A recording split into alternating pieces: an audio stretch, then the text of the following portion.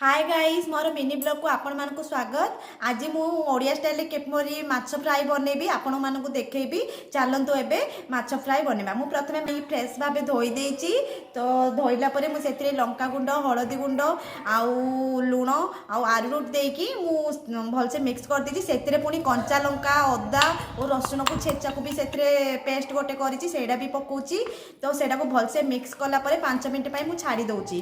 तापरे 5 मिनट हो सारा पर मु देख तेल गरम हो सारा। चलो एबे माछ पकेबा।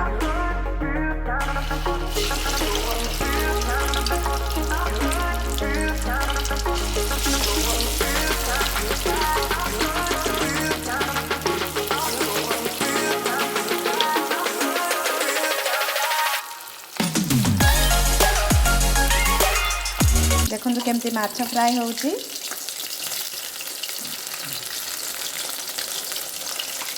माछटा को ना सांगे सांगे अल्टेवा माने तो लगी।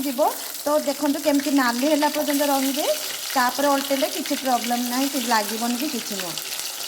देखो केते सुंदर भाव में मोर माछ फ्राए होउची।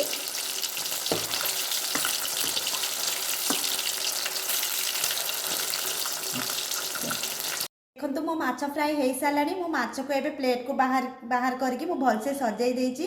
एले मो माछ फ्राई आपको केमती लगिला कमेंट रे कहतु। जदि भल लगिला मो चैनल को लाइक शेयर और सब्सक्राइब करबा पे भूलंतु ना। बाय बाय, जय जगन्नाथ।